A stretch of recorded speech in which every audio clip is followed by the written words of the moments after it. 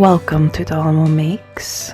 In this video, I'll share an experimental upcycling project in which I tried a new technique. Like so many others, this project started with a good box. It's just a cardboard box, but it's rather well constructed in the sense that it has right angles. Because of how it was folded, the bottom was a little bit unstable, so I just glued down the side flaps and used some pieces of foamcore to reinforce the bottom. Precisely measuring and cutting things is not my forte, so the piece I cut for the interior was a little bit small, so I used another piece of foam core to pad it out to make sure that it fits perfectly snug. The color doesn't matter, as I will paint and line this box when it's finished. I used a second piece of foam core for the exterior bottom to be able to have a nice flat finish, and it also adds a little bit of weight, which increases stability. I'm going to add one more panel to the top as well, but before I glue it on, I'm going to make the design for the top of the box.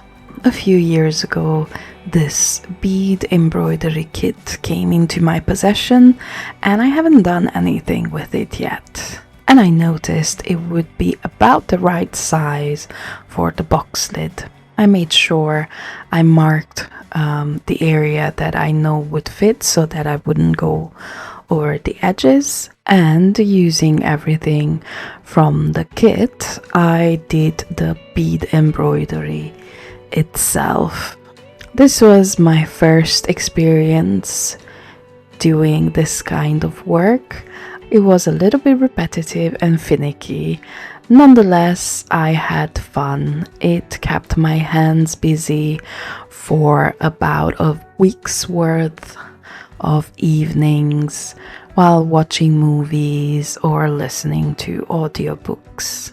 As I'm a beginning at this technique, I'll just share a brief glimpse of how it goes, and I'm sure there are experts out there using this technique that have made videos about it where you can actually learn.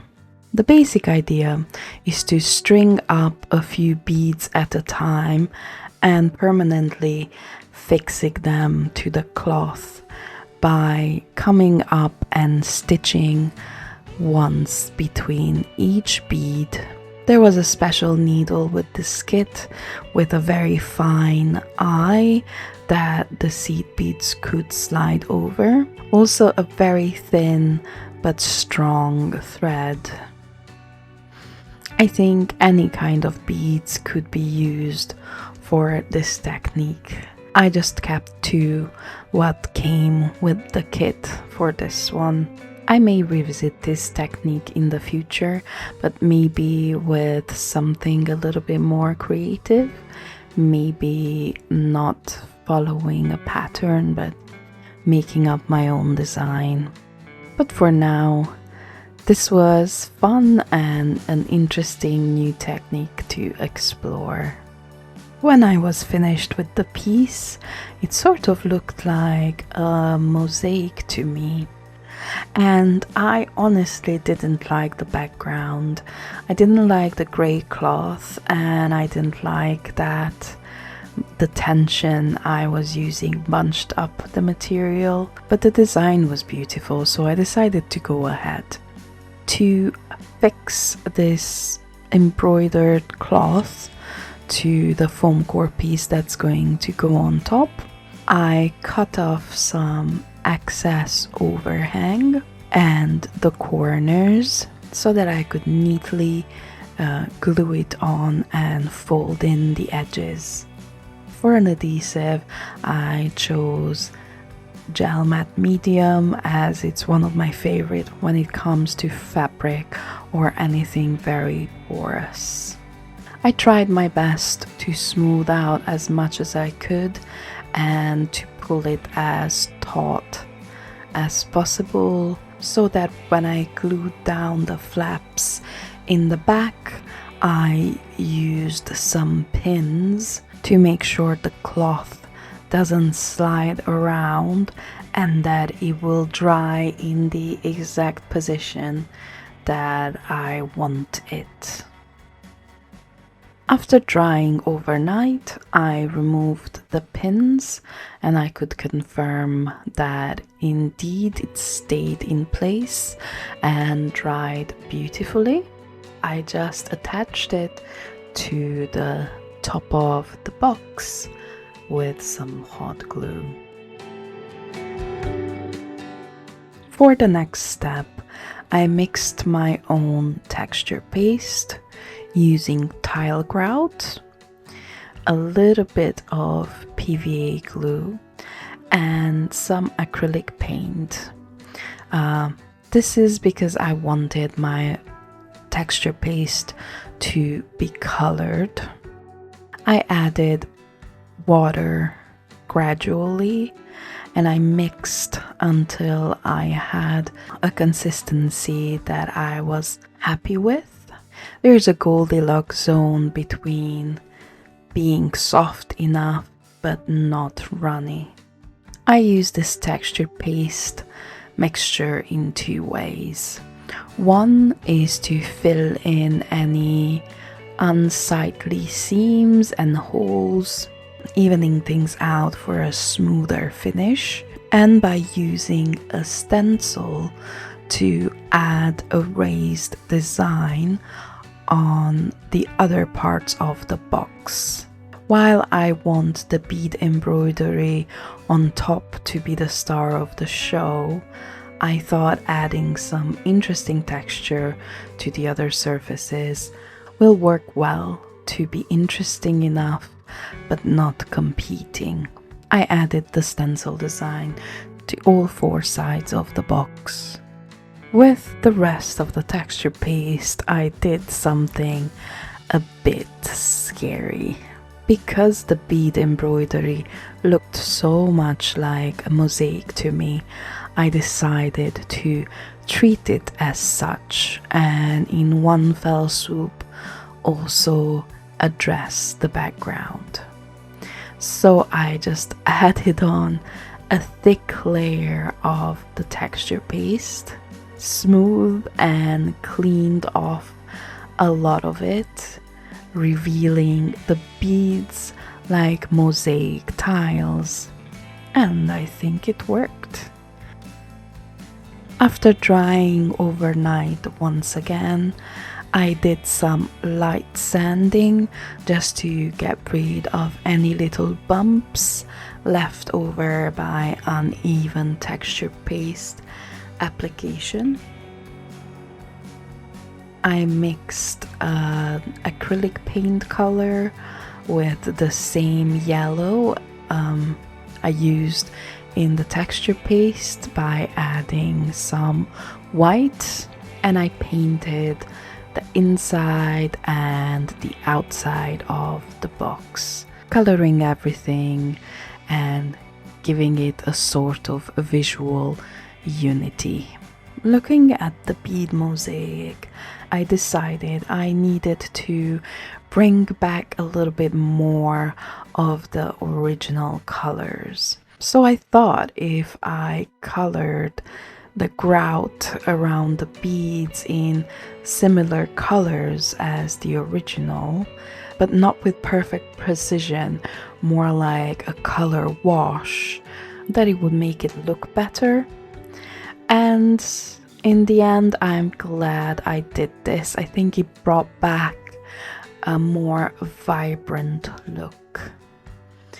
To do this, I'm just staining that grout and wiping off any excess from the surface of the beads themselves, still leaving them shiny and in the original color. This actually took a surprisingly long time to get done, as I worked with a small brush and took my time with it. I actually like how this led to a bit of a more grungy and artistic look.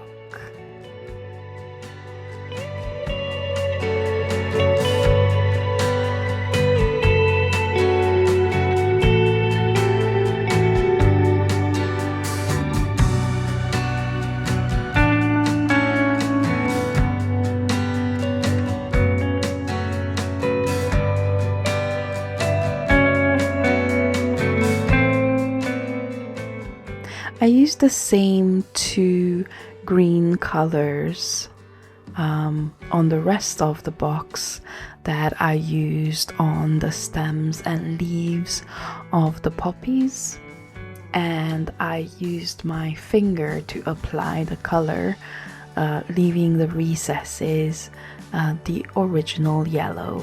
I'm a fan of the distressed, grungy, shabby look, but of course, if you made your own, you could give it a perfectly nice, smooth, uniform finish. To seal all the paint in, I used some yellow shellac ink. This has some tinting power, but it's not very strong, and I don't mind the slight shift towards a warmer tone. It also acts like a really good varnish, and I'm going to apply it generously to seal in my hard work. I think it paid off. This is what it looks like when it's dry. Of course, I couldn't forget about the interior, and to make that nice, I'm going to use some felt in a matching light green color. I fit measured, marked, and cut out appropriately sized pieces, trying my best to not waste any of the felt, as I only had the one A4 piece, but I wanted all of the interior to be nicely finished, plush and soft. I used PVA glue to fix the felt pieces to the interior, spreading a thin layer with my finger. I think this hides the irregularities from the inside quite nicely without me having to do too much work. I think the hardest part is just making sure that the pieces are the correct size so that everything is nicely covered. Finally, to add a closure system to this box, I decided to use this clasp. It sort of looks like a luggage clasp. Coincidentally, it's the perfect size for the front of this box. I made sure to mark the exact position of where the holes need to go, and just using a pokey tool, I made sure to pierce through before attaching these metal pieces with hot glue. I'm sort of doubling up in fixing the clasp with the hot glue and these pronged brads, as I feel like they're too flimsy to hold the clasps weight all by themselves, and the hot glue wouldn't be sufficient. But together, I hope it is a strong enough bond to keep it in place forever. I realized that I should have done this before adding the felt lining, but thankfully I still had a few scrap pieces left, and I managed to cover those unsightly prongs with more of the nice felt. And with that, my new treasure chest is finished.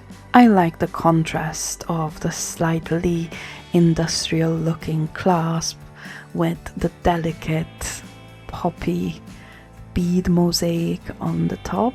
It somehow still goes together, and I think it's due in part to the grungification process with the texture paste and the style of painting. This treasure chest is not just visually interesting, I also made it quite durable, and I think it will hold up to years of collecting trinkets and treasures, possibly surviving house moves and travels. I would love to hear feedback from you. Please do voice your thoughts in the comments. It's always nice to hear from you. Have you come across bead embroidery before? If you enjoyed this project, please don't forget to press the like button and also consider subscribing to my channel. I upload a new crafty video every week. I'll let you enjoy close-ups of the project. Thank you for watching. I hope you're having a nice day. Bye.